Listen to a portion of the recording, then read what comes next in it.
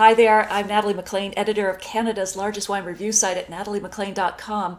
And tonight on the Sunday Sipper Club, you are going to learn how to drink like a billionaire without spending a fortune. Now, before I introduce my guest fully, I want to know, just jump in the comments below, have you ever read one of Mark Oldman's books? I want to know if you're familiar with him or if he's new to you tonight, but just yes or no in the comments below right here.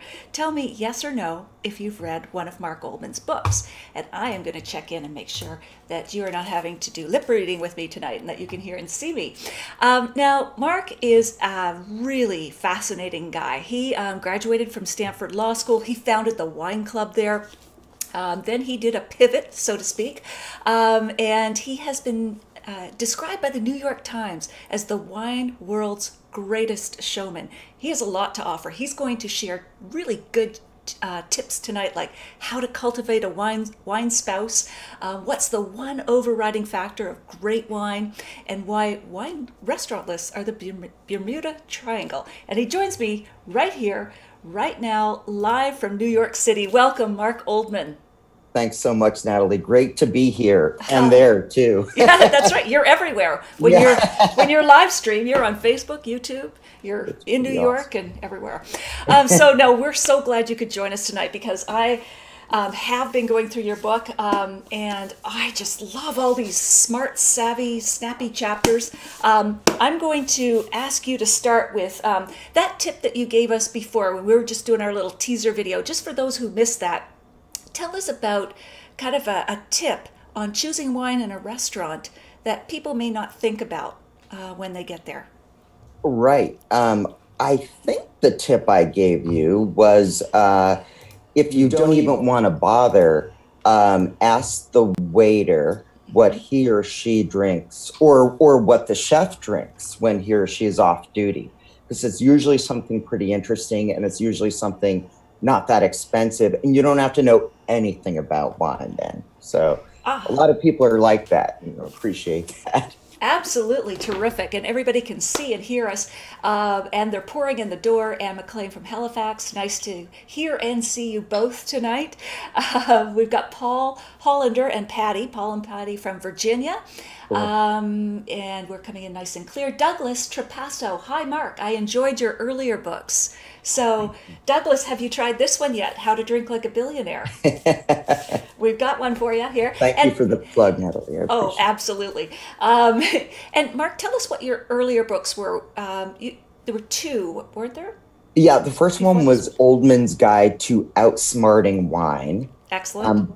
My publisher almost cut that word outsmarting out of there, but luckily it was saved. You know how it goes with these publishers, Natalie.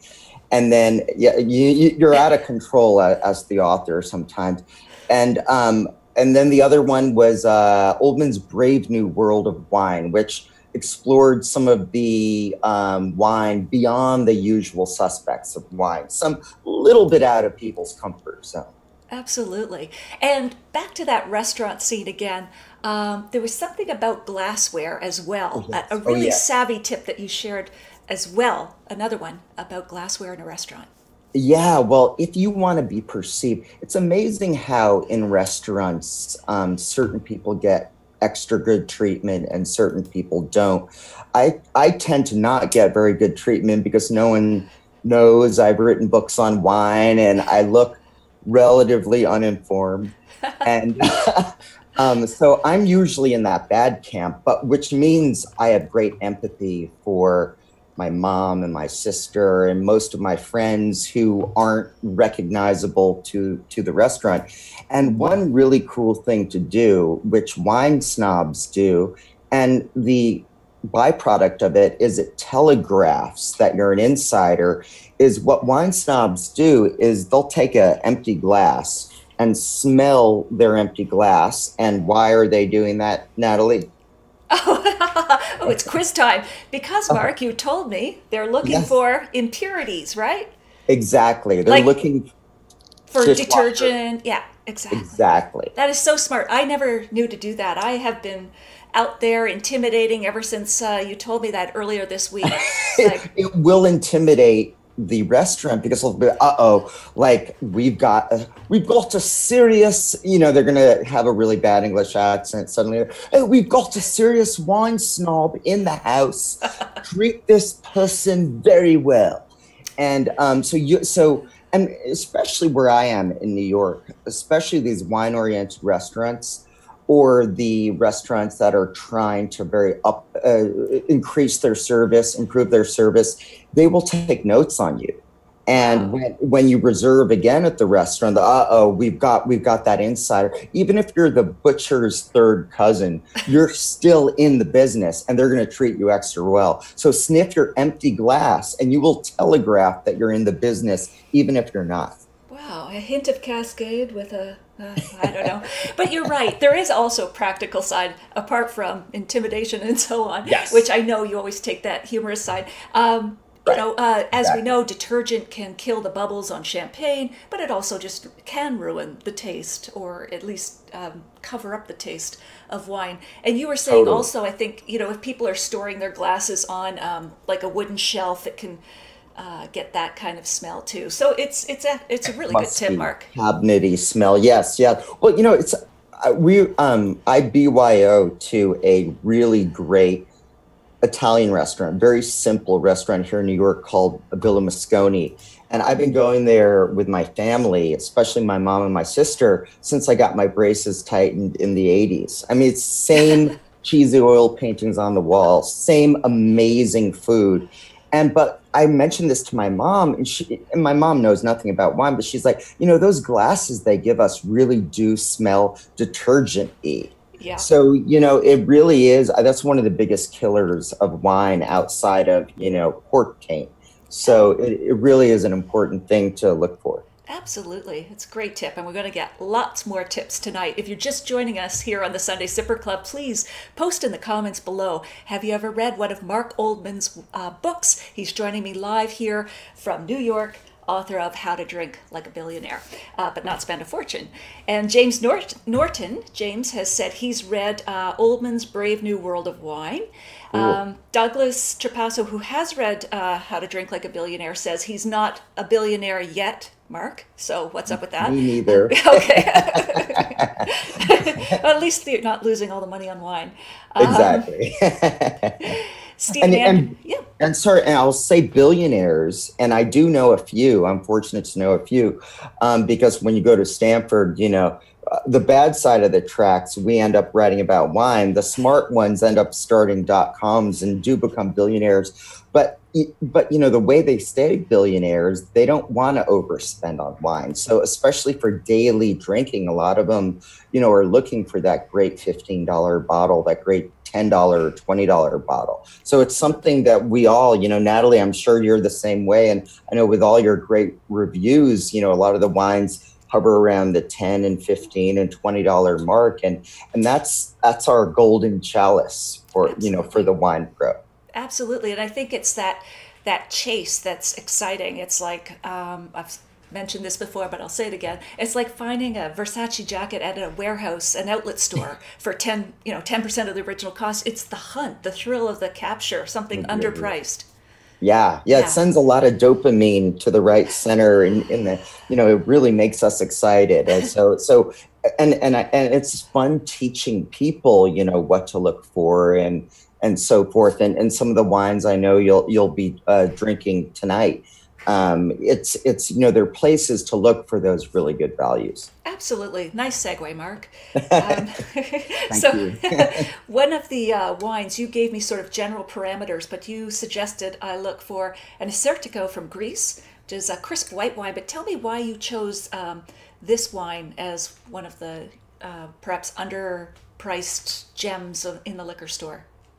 Well, I guess one very good rule of thumb is, and it doesn't always hold true, like everything in wine, there are always exceptions to the rule, but the harder to pronounce, often the better value it is, because people are afraid, including me sometimes, if I don't know exactly how to pronounce it, people are afraid of that performance anxiety at the wine list. So, Acertico, that's a mouthful. It's like that Greek red, ayortitiko. Unless you go out of your way and write it out phonetically, chances are, and I'm corrected in these New York restaurants all the time. So what happens is these wines are less in demand because they're less ordered. You're not going to pay a familiarity premium for them. And they tend to be less marked up. And yeah, I mean, like, you kind of have to know about it to have the confidence to order it, because in these restaurants, I mean, who wants to spend 30 or 40 or 50 or more on a wine that might not pan out because you weren't familiar with it? So you almost have to have someone tell you, well, Assyrtiko, it's a white wine from Greece, from Santorini, I believe. Yes. And it's just a great value. The Greeks have really figured out excellent priced white wine, and it goes so well with their famous seafood too. Absolutely. This is beautiful. It's just got that light floral note, but lots of racy acidity for the seafood and everything else. Great choice, Mark. And I've posted all of the wines that we're tasting tonight in the comments section just now, so people can find them in their liquor store. Dave Head has joined us. He is going back to our glassware discussion. So he's asking, so paper cups are out for wine? You know, I never say anything's out. And if you really want to drink like a billionaire, I have seen true billionaires or metaphorical billionaires. A metaphorical billionaires, like, I know you, Natalie, you had Randall Graham on. Yeah. I say top winemakers are like metaphorical billionaires. They don't have to get too formal about wine because they've seen it all. They've done it all. They're not intimidated. So I've seen people like that, or actual billionaires, drink out of paper cups. I mean, you know, whatever it takes in the moment. If you don't have beautiful glassware, I mean, obviously we want nice glassware, thin glass, doesn't have to be expensive, but paper cups, I am not too big for paper cups. I'll take them if I have to. That's right. You'll improvise. No doubt. But back to the restaurant, restaurant setting and finding good values. Why do you call a restaurant wine list a Bermuda Triangle? I was intrigued by that description. Well, you know, there are very good wine-oriented restaurants out there, and then there are restaurants that somewhat take advantage of the diners, and they know our inclinations. They know that we kind of fall back on the same standards. For example, they'll know that, and I'm guilty of this myself, that when I look at a wine list, where do my eyes fall? You know, it goes to the least expensive wine, and then I'm afraid of looking like a skinflint, so then it will come up to the second or third place on the list. And I mean, very good restaurateurs will put excellent wine in that position, but restaurateurs who want to move a wine or want to mark up a wine more will sometimes put it in that second or third seat. And you have to be on guard for that, because, you know, that might not be the best choice, or it might not be the most best value. And so you have to treat the wine list and think about what the wine list is. It's basically just a sales list with foreign names on it. And people, I mean, I'm sure you're like this, Natalie, too. When you go to restaurants with people, you get the wine list because everyone's like, you're the expert. But honestly, like, especially if it's like an all Italian list, a lot of those wines I haven't had before, or at least in those specific vintage years, I haven't had those wines before. And it's really the restaurant that knows which wines are producing the oohs and the ahs. So it's up to them to communicate, or have a sommelier or a waiter who really knows their stuff. Absolutely. And so there are a lot of, especially in New York, one great example is I was just at the Nomad Hotel. Having like a special dinner. It's kind of a pricey, cool, hip downtown hotel here in New York. And every wine, almost, I mean, I opened it up and it was a Malax moment immediately, because almost every wine was over $100. And I'm like, oh no. And then I looked at the very, at the least expensive wines, and I saw some Beaujolais, so some wine from Morgon, which, you know, is one of the villages of Beaujolais. And I saw two priced at 65, which for this very expensive restaurant was actually really good and almost suspiciously less expensive than the other wines. But because I knew the list had integrity, I knew the restaurant was famous for a good list, I knew it was safe to order the least expensive wine. And I knew like I wouldn't be perceived as a piker or a skinflint because I knew it was probably really good. And that's when I took over and I asked the sommelier, the sommelier came over. I'm like, I'm thinking of these two Beaujolais and they were both around the same price. Which would you prefer? And then I got so sometimes choosing from the wine list, it's your instincts, but then you rely on their expertise also, if they seem credible. Sure. I like that, sort of narrowing it down and Right. then handing the final decision to them because they've, as you save, they probably know their list better. They've tasted those wines. They know the vintages. That's a good tip Totally. too. Absolutely.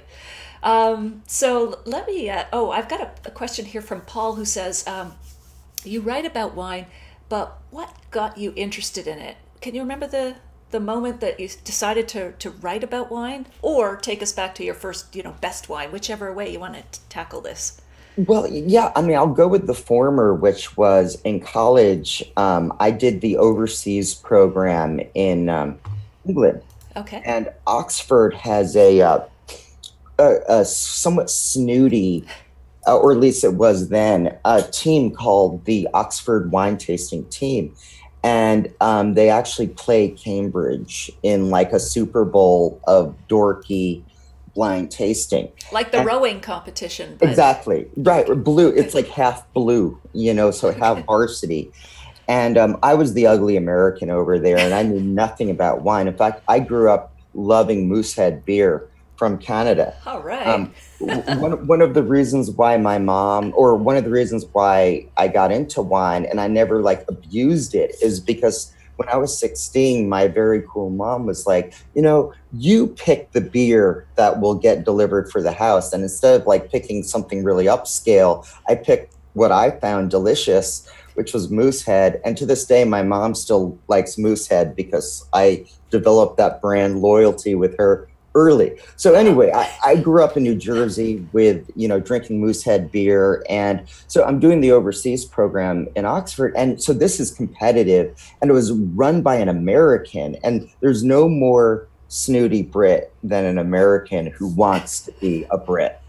So like this was the wrong climate, but I got back to California and I'm like, I want to start a wine club in California, but it won't be competitive. We'll be at Stanford and we'll pay winemakers, people like Randall Graham, top winemakers to come in. And I just was fascinated by wine. And I thought, we're pretty close to Napa and Sonoma and Santa Barbara. We'll get the winemakers and we'll pay for them to come in. And what I took dues originally from the group of students. And what I didn't realize is they were chomping at the bit to have, to market to college students. Ah, So we had Robert Mondavi himself. We had Bruce Cakebread. We had Doneen Dyer, who then was the winemaker with Domaine Chandon. We had Jim Clendenin come up from Au Bon Climat. And it was like each one, they were like, so how many bottles of our $90 mountain grown Cabernet do you want me to bring? wow. And I was like, uh-oh. So the dues I collected actually went for, I made special wine glasses for everyone. And we learned so much. I mean, you can imagine having these people come in when you're still an undergrad, or there were some grad students in there too. So that kind of set me on my way learning about wine. That's excellent. Way better than being the yearbook editor. Yeah, exactly. Good choice. Better than the Latin club. That's true. Um, Right. so tell us, you've got another tip in there that really intrigued me: how to cultivate a wine spouse. Oh, Uh, do take a moment to have a sip oh, there. yes. I've kept you talking Thank you. nonstop. Thank you. Well, Yeah. I have my own red wine here, some Okay. Washington State. Oh, Washington. Well, let's just take a moment for Worcestershire there wine. because I see your Washington and I raised you this one. Which Washington one are Fantastic. you drinking? I'm drinking Seven Hills, Okay. and it's a Cabernet blend. That's what And mine is too, a Cabernet Syrah blend. and they do it so well. You know, it's a slightly cooler up there, and you have sometimes smaller wineries, and they really care. They really put the love into their beautiful red blends. So I tell people Syrah or Cabernet or Merlot from Washington State is one of the great sources, especially for sometimes underpriced red wine. Absolutely. So it's a great point, Mark, because you know you can get, of course, Napa, Cabernet, and Syrah, but from Washington, you're getting that badge name of a grape, but from a region that is not yet overpriced. Exactly. They're still coming up, and they're like Avis. I feel like often they try harder for less money, which is again what we're looking for and what we're trying to transmit to people. I think I was supposed to answer a question, though. Yes. Okay, so wait a minute. Oh, how to cultivate a wine spouse. Sorry, I jumped right into as soon as you said Washington. No, I'm distracted by the deliciousness of this, and this is actually a day old. I had to open this yesterday, and I'm just hanging around the house here drinking on a Sunday. But no, so a wine spouse. I was inspired by the idea of like workplace romance and how people at work tend to have these platonic workplace spouses, my, work husband or work wife. And similarly, you can develop that sort of relationship with certain wine stores that appear to be on their game and have the love. So I tell people, the people seem knowledgeable and they seem honest. They're not trying to upsell you. Develop a relationship with the people working at these wine stores, because often they're all puffed up with this great information. Mm-hmm. And people are intimidated who come in about talking about what their needs and the desires are in terms of wine. So feel free to, and if they care and they're easy to talk to, I might say, like with this Washington State, if I like this style, I'm looking for a rich red that is velvety and not over $20.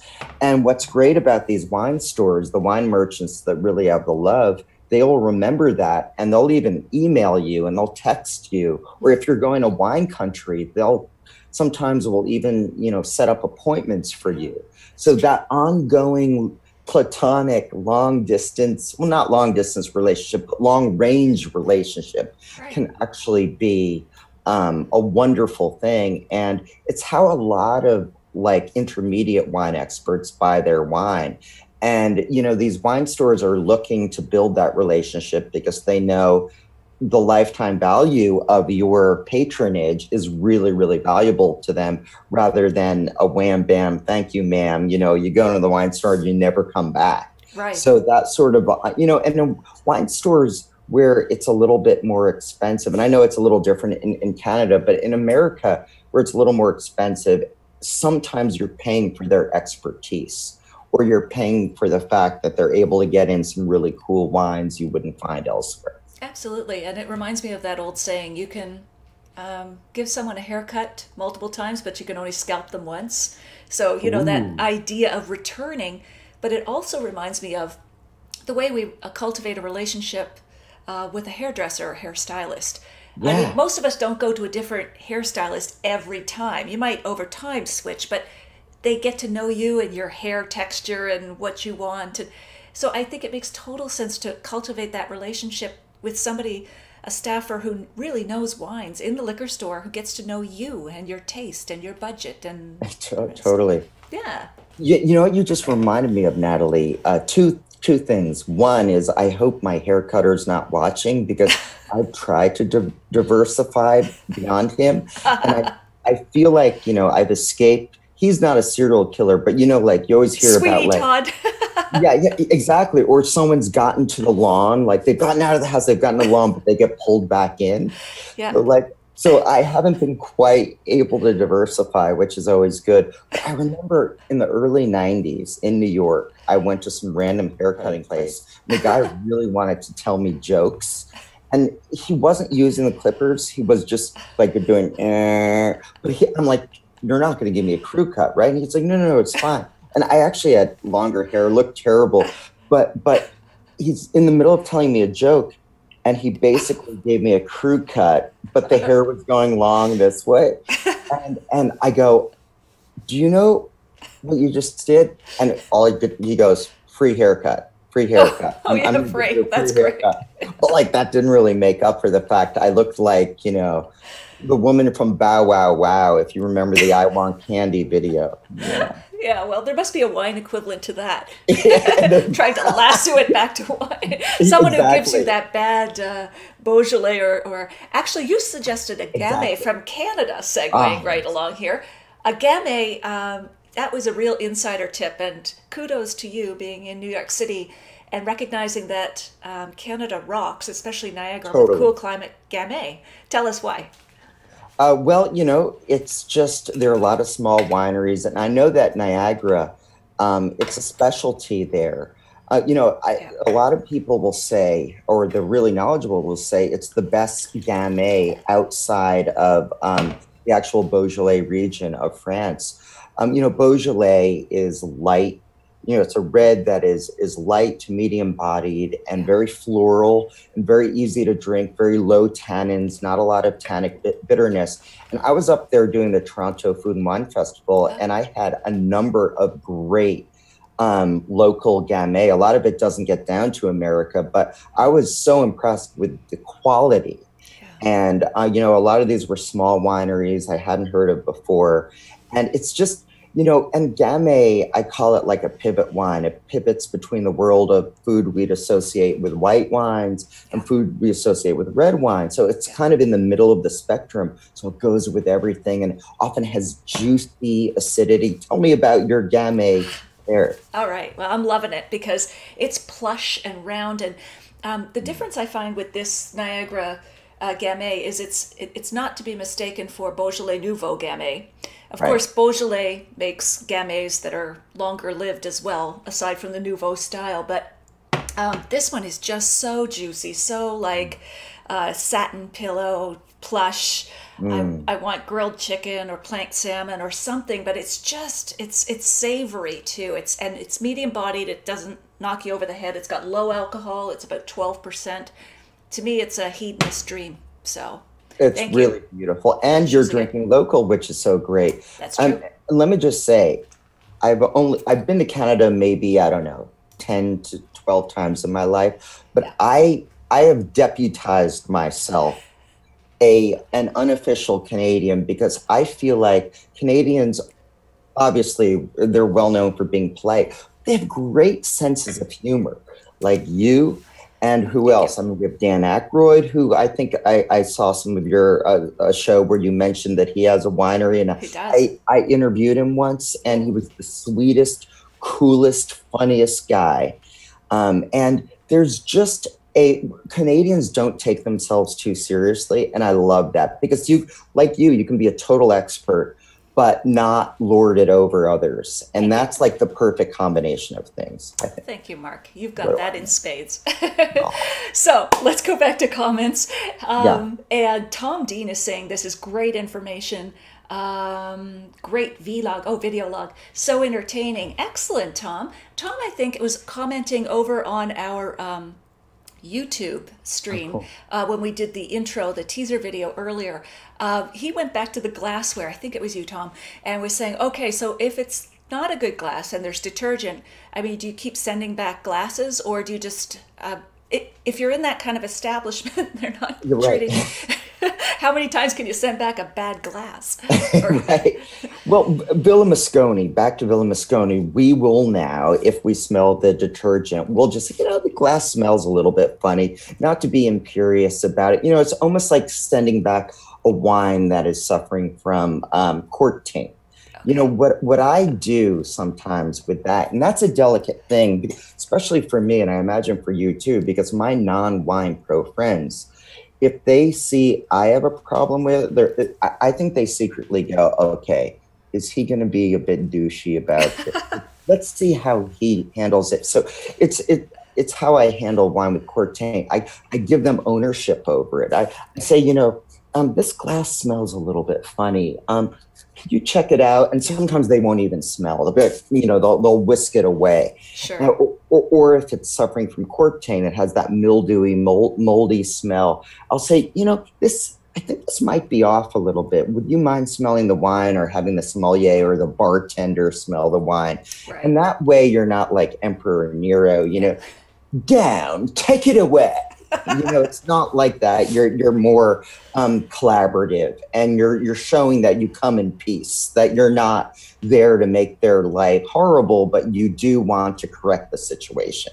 Absolutely. So there's a diplomacy to it. It's a great approach, Mark, and that is what I use as well. Because I am fairly confident of wine faults now, but sometimes I'm wondering, is this just a style I don't like? So I will do that. I'll say, is it just me, or is there something a bit off with this wine? What do you think? Hand it over and see what they say. It's so true. And sometimes the cork taint is not fully there, right. But it's a little bit. It's like a spectrum. Yeah, it's just dampening a bit. Yeah. Yeah. So it's like, people expect wine pros to immediately know, but I think it's stress relieving for casual drinkers to know that even we don't know for sure sometimes. You got to get a second or third opinion. Yeah, so. Absolutely.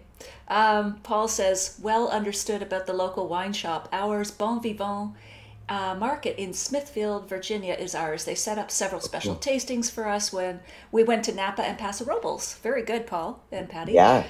Absolutely. Dave Head says, Mark, what is your opinion on Kermit Lynch and or Garagiste wine? Two different questions there.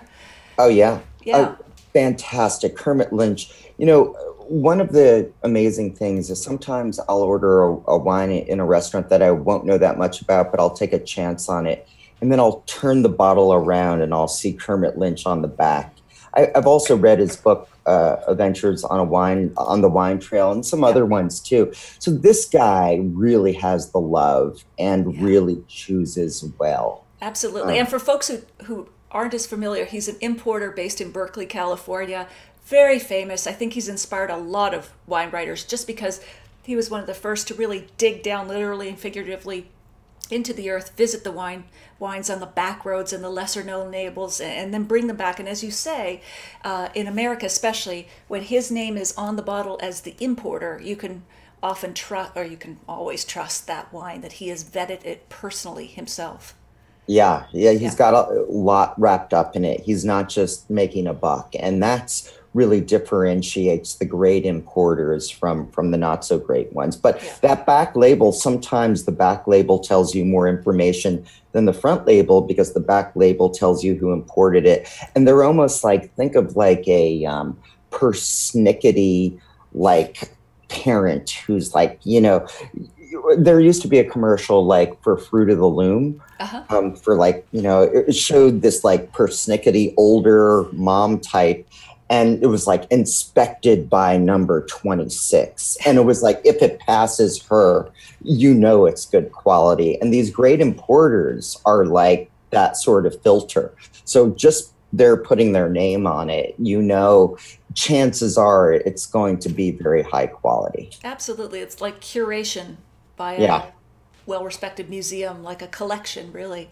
Exactly. Absolutely. Well, good analogy. Ready to drink. Preta drink it. No, wait a minute. Preta drink a. I love, back to your book, actually, they have all these snappy little titles and snackable size and that's not to... Snackable, yes. Yeah, no. Not to minimize the intelligence here. It's just so eminently readable. Tell me about why oak can be deliciously slutty. See, now that I think slipped through. I think in these days of publishing, they don't edit as much as they used to. And I think that the word slutty, which I'm glad in this like world of political correctness, people haven't taken that the wrong way. But I meant that in that sometimes, people aren't that into Chardonnay and other very oaky wines because they see a lot of oak in the fermentation or in the aging. But, it's kind of like, listen, I cut my teeth on California wine. Like, I love an earthy Beaujolais or let's say a red Burgundy, and I love high acid wines. But, there are times I love very oaky wines. I mean, and to California's defense, a lot of winemakers have pulled back on the oak. I just had a great Chardonnay from, let me think the producer, oh, it was a Beringer Chardonnay. Okay. And it was only a touch of oak. And they used to, in the 90s, make Chardonnay much more oaky. But even when it's oaky, you know, like, I like it sometimes, and when it's high alcohol and oaky, like it's slutty in a like kind of hot way. Like, now you wouldn't lionize it, you Right. wouldn't like hold it out as the supreme example. But you know, the people who say wine should just be one specific way are kind of killjoys. Back to your analogy about art, you know, it's like I would never in a million years tell people what kind of art they want to enjoy. And sometimes I like really high-minded art, and sometimes I like down and dirty, near obscene art. Absolutely. And you know, like people, you know, no expert should, you know, I mean, maybe they have their reputations to develop, but you know, it's a very personal thing, matters of taste and subjective, and depends on, you know, what your mood is and what you ate that day in terms of wine. And it's fun to like many different styles of wine. Yeah, absolutely. It reminds me also of beach reading. Like, you know, you can have the thrillers or the Completely. Oedipus Rex or whatever. Yeah, the Real Housewives equivalent of wine sometimes, you know, Absolutely. pure pleasure, down and dirty. Now, there are wines that are made terribly and that don't taste very good, but I'm talking about the ones that are actually made well, but in a style that maybe the cool kids aren't liking as much right now. That's true. That's true. Um, and oh, lots of comments here. Tom Dean, thanks for remembering the bad wine glass, Natalie. Okay. And I agree with you, Mark. It's a delicate matter at a public establishment. Good. Stephen Andrews asks, should you ask for a Pinot glass if you order a nice Burgundy? Should you be requesting glassware, Mark? If they have it, at my beloved Villa Moscone, they either have like the little thimble size ones they use for their own wine, Yeah. or because I've shared my wine with them, and that's a great thing to do when you BYO, share your wine, because that's probably the quickest way to become a regular without having to spend a lot of money. Just share your wine. But they only have one other type of glass, and it's a large, bold glass. I don't get too precise when it comes to, you know, exact shape of glasses. I know some people swear by it. I like my glasses to be thin so you're not drinking glass. And I like it to be inexpensive because I break glasses all the time. And I like it to be at least 20 ounces, so I only have to fill it up halfway, and I'm not splashing out of the glass. Right. So, like, for example, I think this, I might have gotten it at Crate and Barrel on sale, but this is about 20 ounces, and I would fill it up to about that level, unless we weren't on camera, and then I'd fill it up to about that. But you don't need the big goblets where you can get a facial out of them. Right. Yeah. Those are a little clumsy. Although chalice, you know, maybe for dramatic effect. That's true. There's always the pageantry element. There's always the pageantry. You're very good at, I hear. I've read all kinds of reviews. I would love to see you speak in person, but you've been at Aspen, some of the top wine and food shows, and your reviews are amazing. What is it about speaking that you enjoy? You know, thank you for saying so. And really, I feel like when I've read your books and I've seen your videos, you have the same impulse in that if someone's going to give you their attention, you really have to make it worth their while. And I'm a tough audience when it comes to, you know, we live in an ADD world where it's TV and videos and Instagram. And so if someone's actually taking time to give you their attention, you better not just have the best information. You better make it fun. Yeah. And, you know, why I find my style, why I think it might be effective is because A, I don't take myself too seriously, and B, I spend a lot of time thinking about the best teaching methods for people. In other words, things that can be communicated in a sentence Yeah. I try to do it and not spend 8 pages because Sure. I know people are busy and I don't, I went to law school. As you said, I never practiced. I saw too many of my friends unhappy and leaving the law like 5 or 10 years later. So I just never practiced, although I did teach wine at law school, which was a lot of fun. But a lot of the professors in law school, a lot of the subjects weren't that hard, but they would dress it up in complication and they would do what's called hiding the ball. And I remember the most fun class or potentially fun class was criminal law. And we had this professor who spoke in paragraphs. He was too smart for his own good.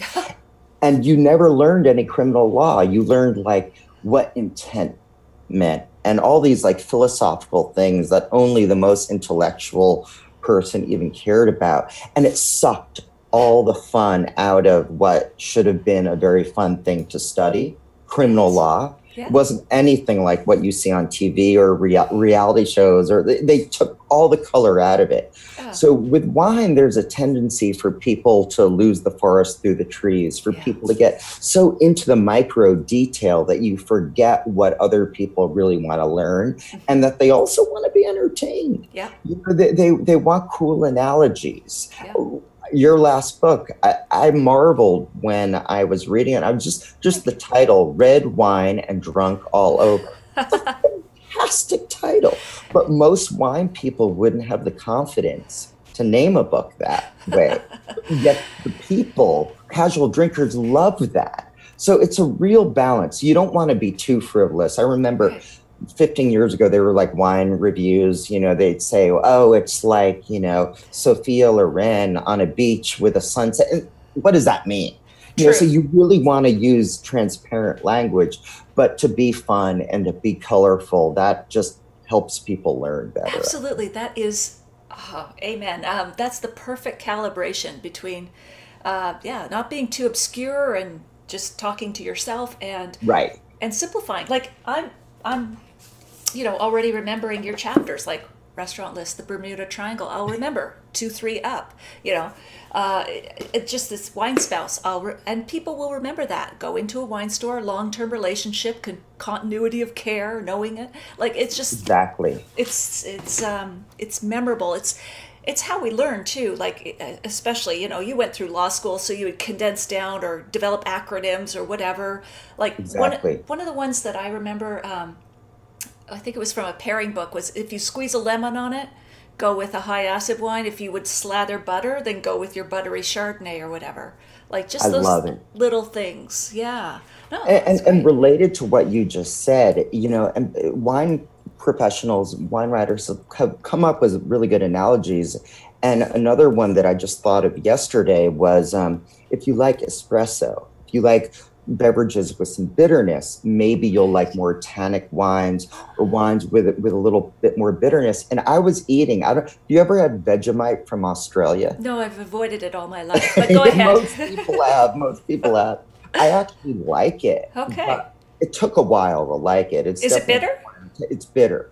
And it tastes like it's supposed to be good for you. So that's another problem there is with it. But it's that bitterness. I was like, I was talking to a friend of mine who's Australian. I'm like, the Vegemite people, if they want to move beyond Australians, they should market themselves. It's like, if you like espresso, try Vegemite. Or if you like, a bitter Barolo, maybe you'll like Vegemite, because it's the same subway line in terms of bitterness. It's the same kind of taste bud spectrum. Yeah. But I don't think the Australians really need to market their, the Aussies probably don't need to market their Vegemite, but it made me think of like, if you like whole milk, that's the creamy, non-bitter, the buttery Chardonnay, but if you can tolerate a really tight Sancerre with a lot of acidity, maybe you'd also like espresso, maybe you also like Italian reds, so there's certain similarities across the lemons, the metaphorical lemon squeeze you're talking about. Sure, absolutely. And it's bringing to mind things that Tim Hanai says in California about, our taste receptors and that sort of thing, but also just Amazon's basic algorithm. If you like this, maybe you'll like that. I mean, people are just looking for that. They really are. And I'm looking for it in every realm, in music, in art, in TV shows. It's really useful. Pandora, Oh and yeah. it doesn't always work. Like I'll use Pandora and it'll say, if you create a radio station for X, you'll like Y. Sometimes there are huge misfires on it, but sometimes it's quite brilliant. So it's more to expand I mean, it's such a open season now on all types of media and on all wines now. It's such Absolutely. a brave new world of wine out there. It is, well said. And it's just a jumping off point.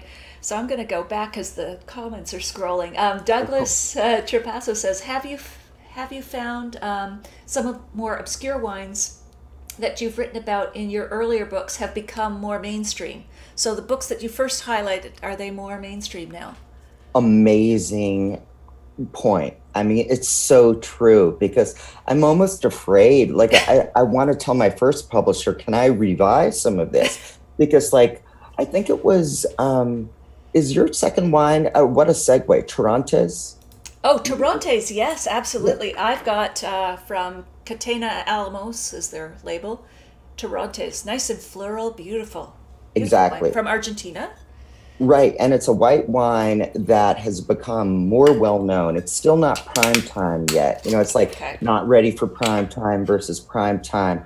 But I wrote about that a bit in the first book. And yeah, it smells floral, Oh, yeah. but it tastes totally dry. It is. And it's also from Argentina. When I wrote the first book, Malbec was almost prime time, but it wasn't quite prime time, the big, rich, luscious wine from Argentina. Yeah. But Malbec now, it really isn't news to most people. I mean, how I tell is like my mom and my like non-wine geeky friends, which are most of my friends, they know to order Malbec.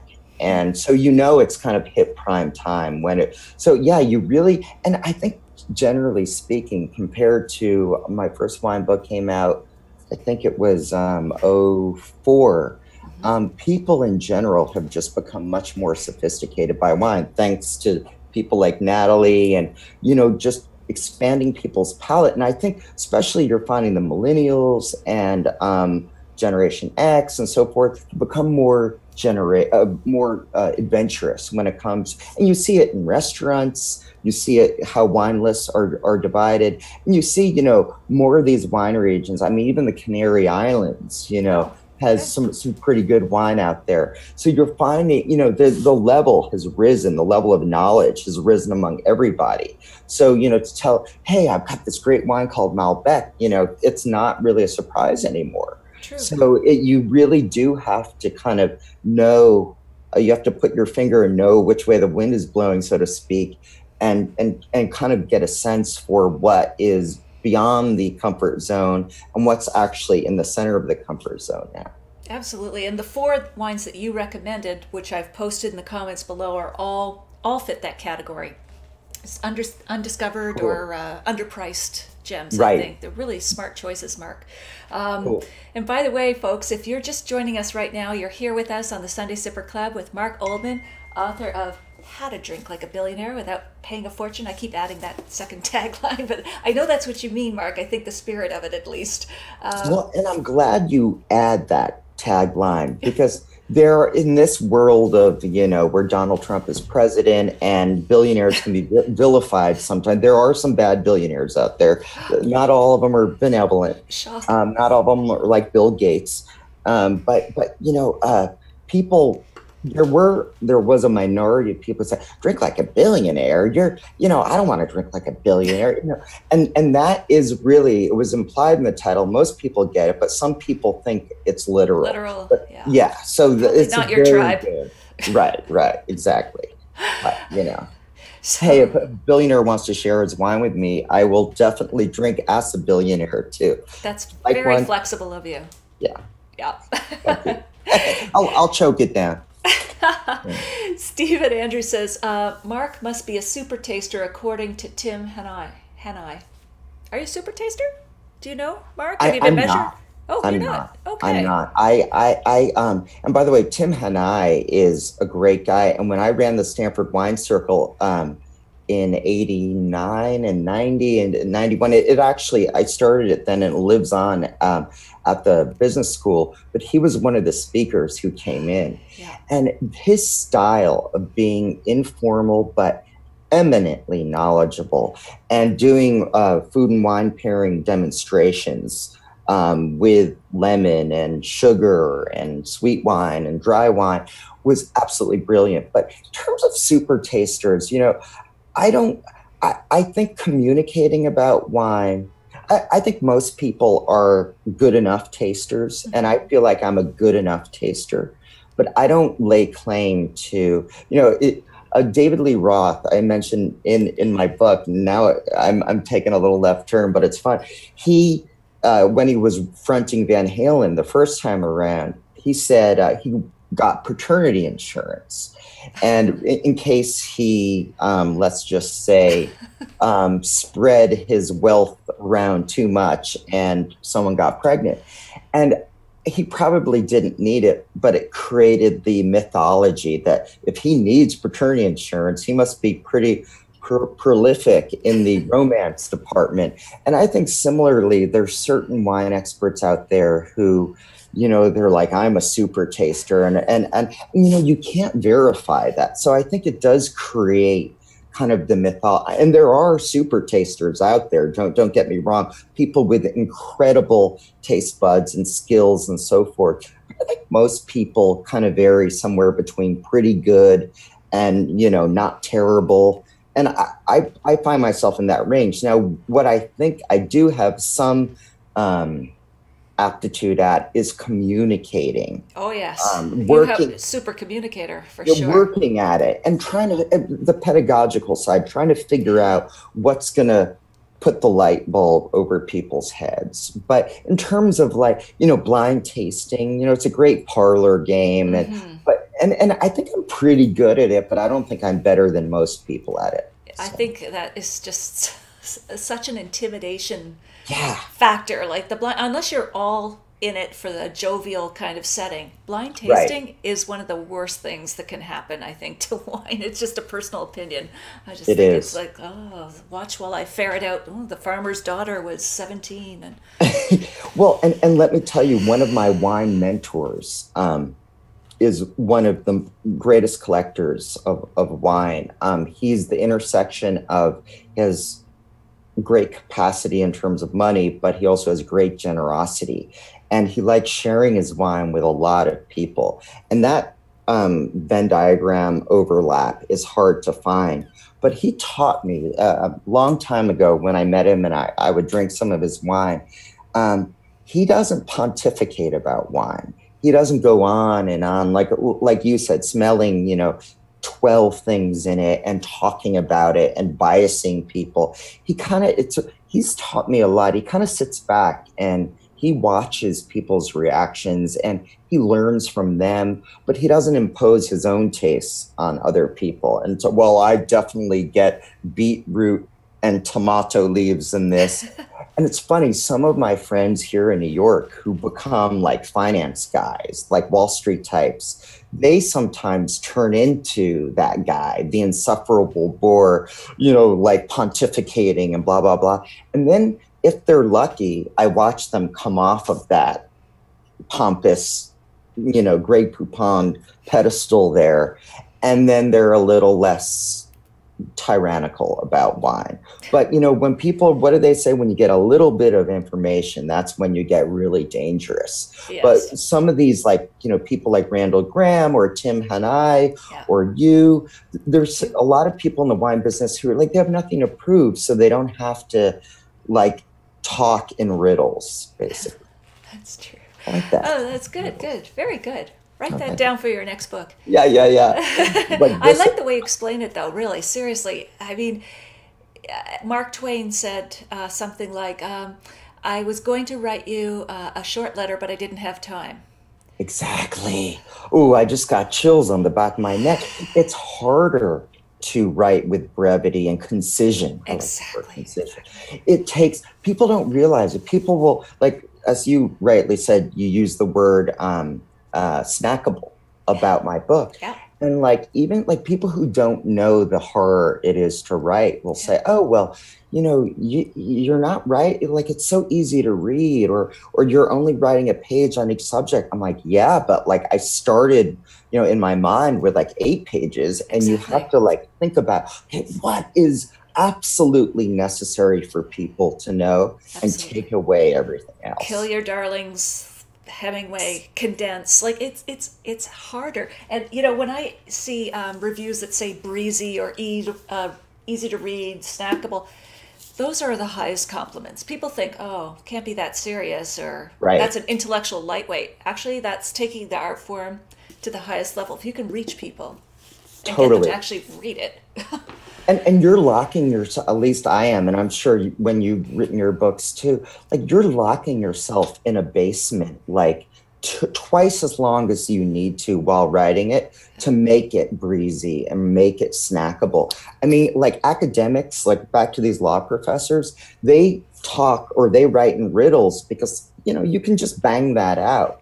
But it's like you have, I feel like when you have the audience in mind or the reader in mind, like when you empathize with the audience, that's when you're showing them the greatest respect. You're like, I'm going to make it so easy to read because I don't want to bore you. I want to keep your attention. I want to give you the, if you will, the filet mignon, the really good stuff and not the fat.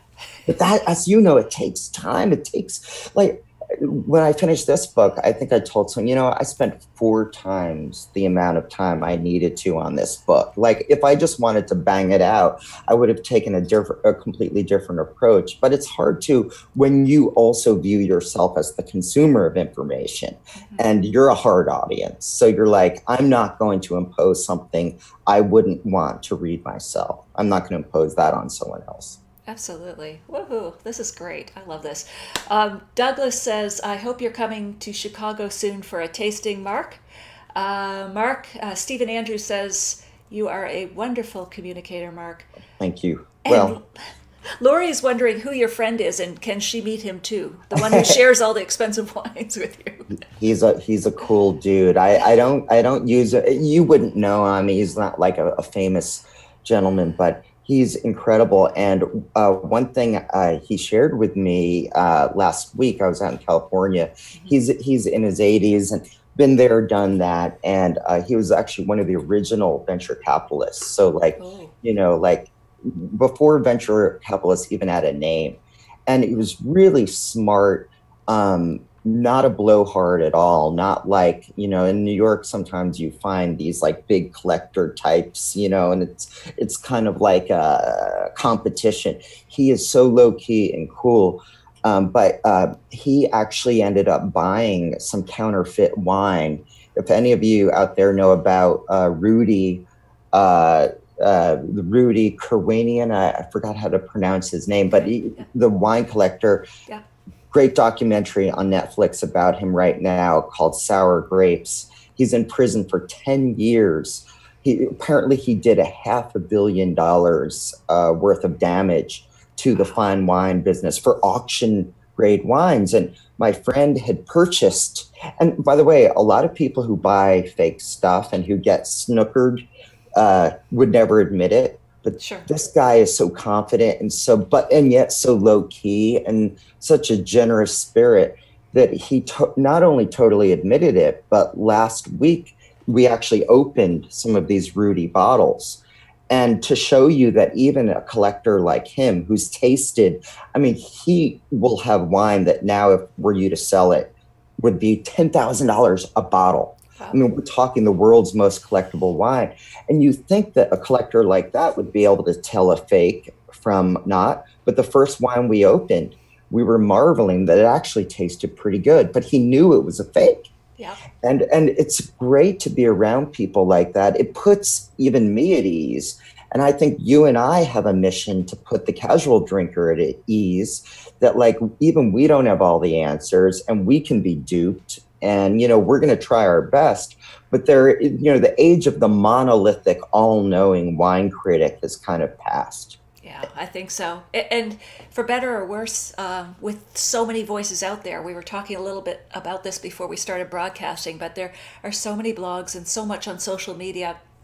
And all of that is goodness in that, you know, a lot more people are feeling the confidence to express their opinions, but it also means that being that one go-to, as you say, monolithic voice on high, Right.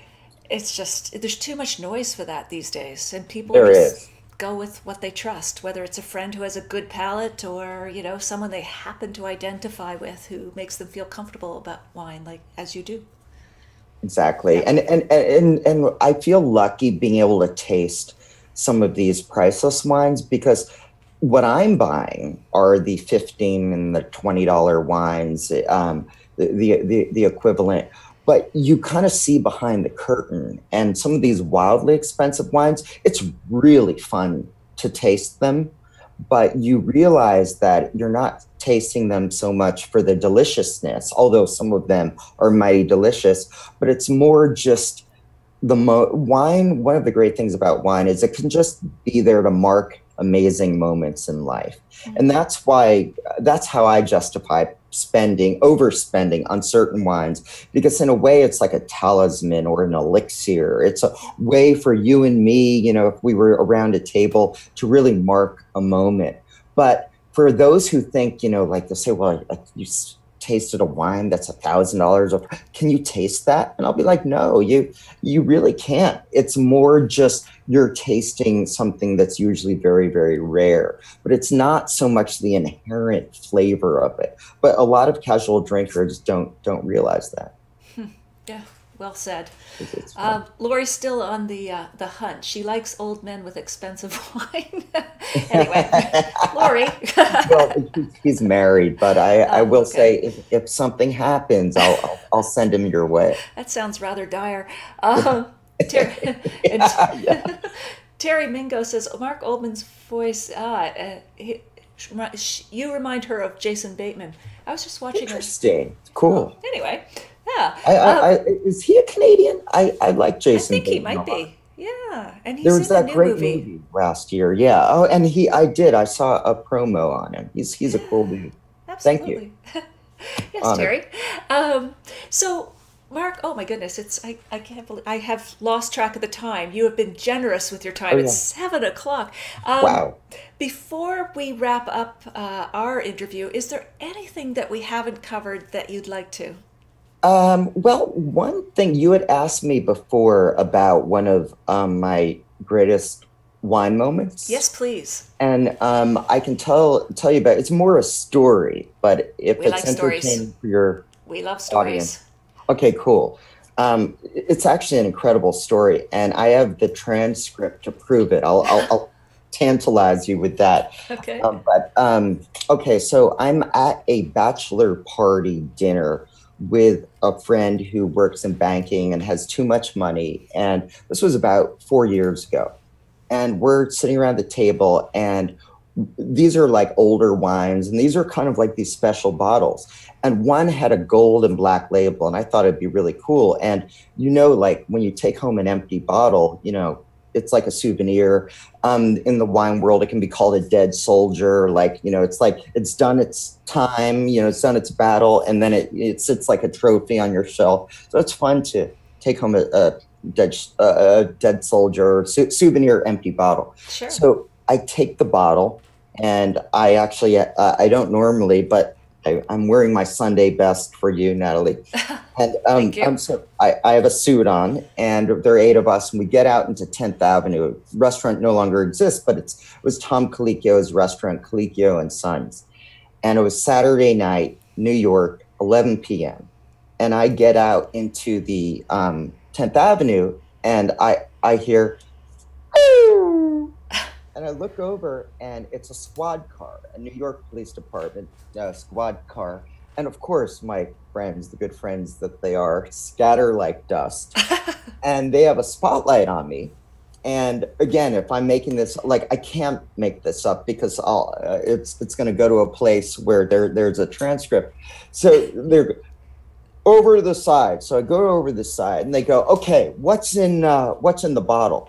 And when wine is older, as you know, after about 10 years, some of the color pigments dissolve out as sediment, basically gook, clumpy stuff in the wine. Yeah. And you can't drink that little inch or two of the wine. So the cops are like, so what's in the bottle? I'm like, nothing. It's just a souvenir bottle I'm taking home. And they're like, let's see it. So and I'm on foot. They're in their car and they're told, well, it's not empty. There's something in it. And I'm like, well, those are colored pigment. Oh, forget it. So they write me up for a mandatory criminal court appearance, open container violation. Is it against the law where you are to carry alcohol? I haven't tried it yet. That's your homework for tonight. Okay. If you wind up in the slammer, I'll take care of Canada and come bail you out. Excellent. But basically, one of my friends came back and they said to the police officer, he writes about wine. And the police were actually, the NYPD, they were pretty cool and they knew they had made a mistake. And one gets out of the squad car, like, this is what you have to do. Just plead guilty. It's a $35 fine.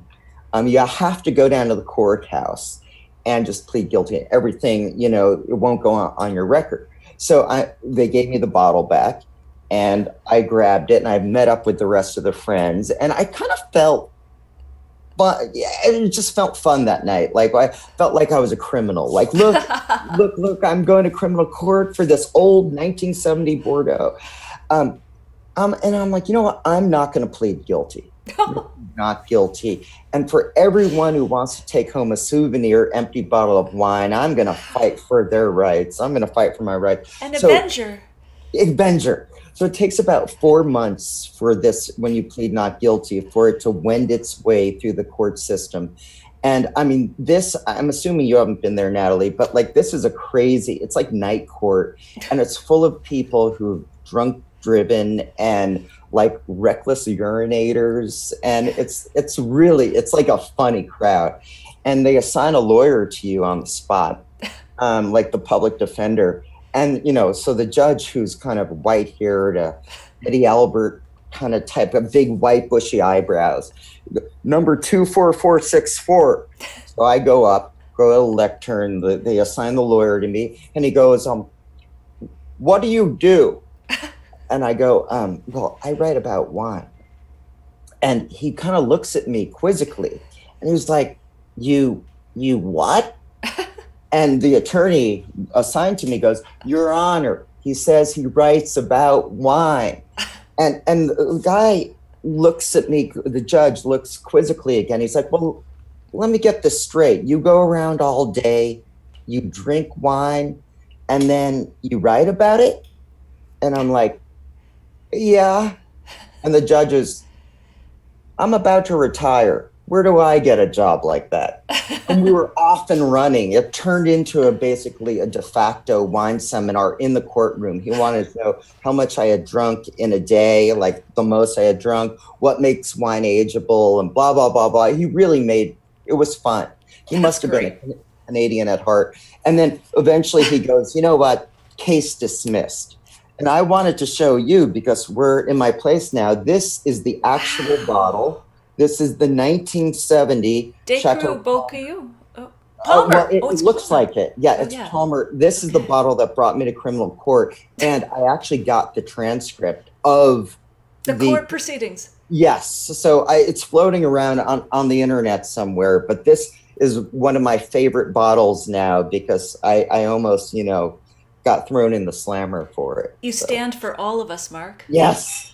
I make it, for dead soldiers, for anyone who wants to take home these souvenir bottles.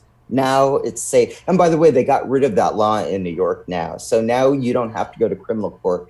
You still get a ticket, but it's not a mandatory criminal court appearance. So, Your legacy has been made, my friend. Yeah. You don't need to do anything else. Exactly. I can die now. That's great. Not that we want that. That's awesome, Mark. Great story, great story. I will just wrap up with the Roger. Thanks for that value and the truth. And Terry's back saying, thanks for the $15 to $20 bottles of wine. Can be good. It makes me feel a little less frugal, a bit more educated. All right, Paul, love the story. Lori, cool story, Mark.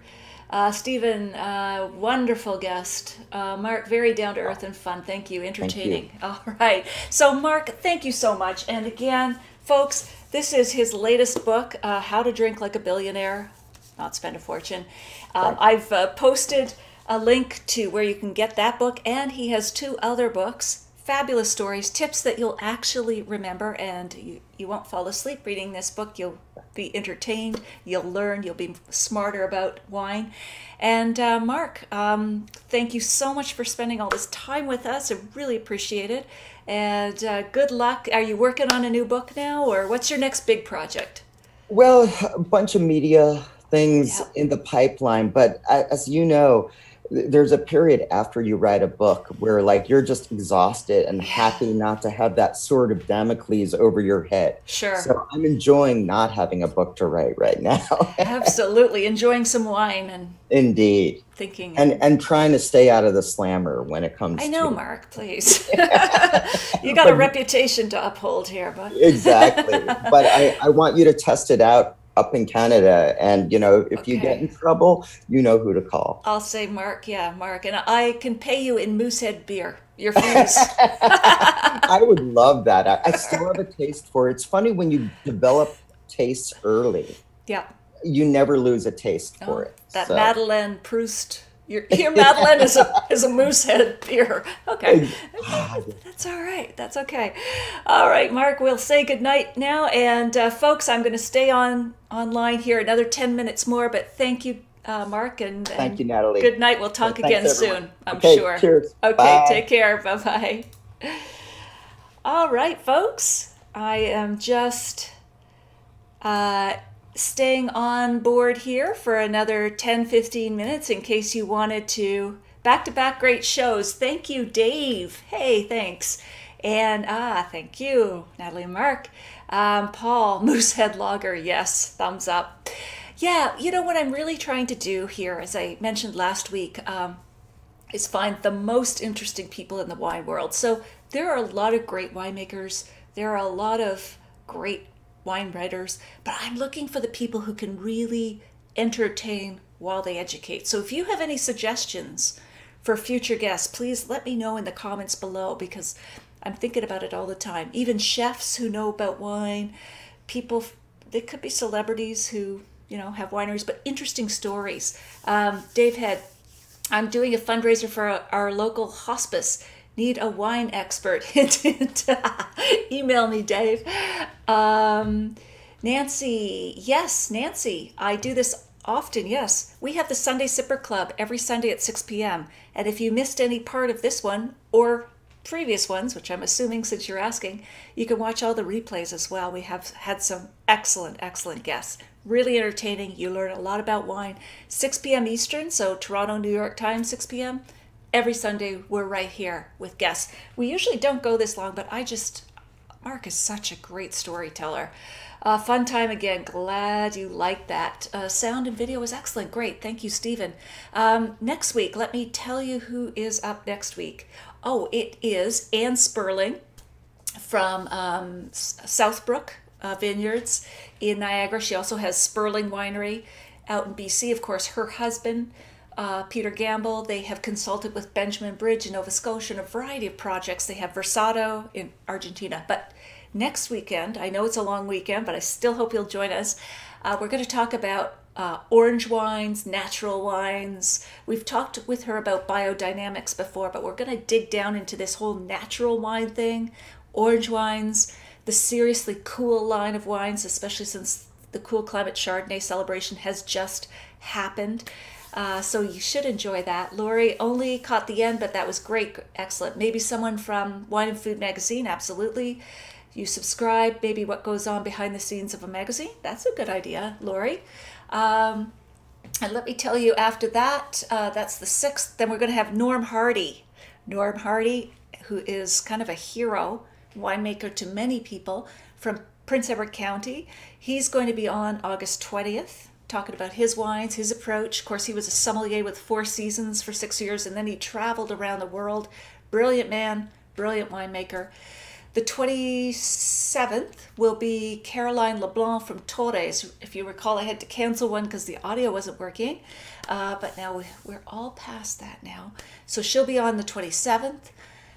The 3rd of September I have yet to book, but then I've got Laura Catena from Argentina. She's a emergency room doctor, and in her spare time a winemaker in Argentina. She's an emergency room doctor in San Francisco.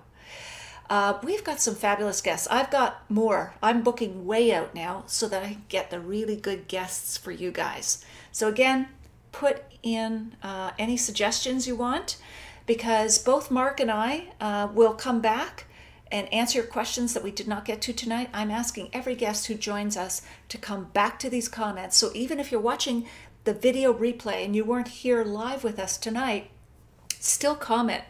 Where are you logging in from? What's in your glass? If you have a question for Mark or for me, please ask it. If you've got a suggestion for a future guest, please post it below. Love to hear from you. Thank you, everyone. I really appreciate all the time you guys spend here each Sunday, or whenever you're watching this. Perhaps that schedule doesn't exactly work for you, but we are gaining some real momentum here. It's just every week I find that we're tweaking and getting better, and it's because of you. I am so motivated because of the feedback that you guys put right here. So please keep it up. There's a little share button with an arrow. Facebook loves that, and so do I. If you have a moment to do that, that would be awesome. So I will bid you good night. Enjoy your Sunday evening. I hope there's something good in your glass, and I will see you next Sunday here live at 6 p.m. Eastern with Ann Sperling, Southbrook. We're going to be talking about natural wines. How are they different from other wines, which must be unnatural? Not so much. And orange wines. We're going to learn a lot again. Until then, take care.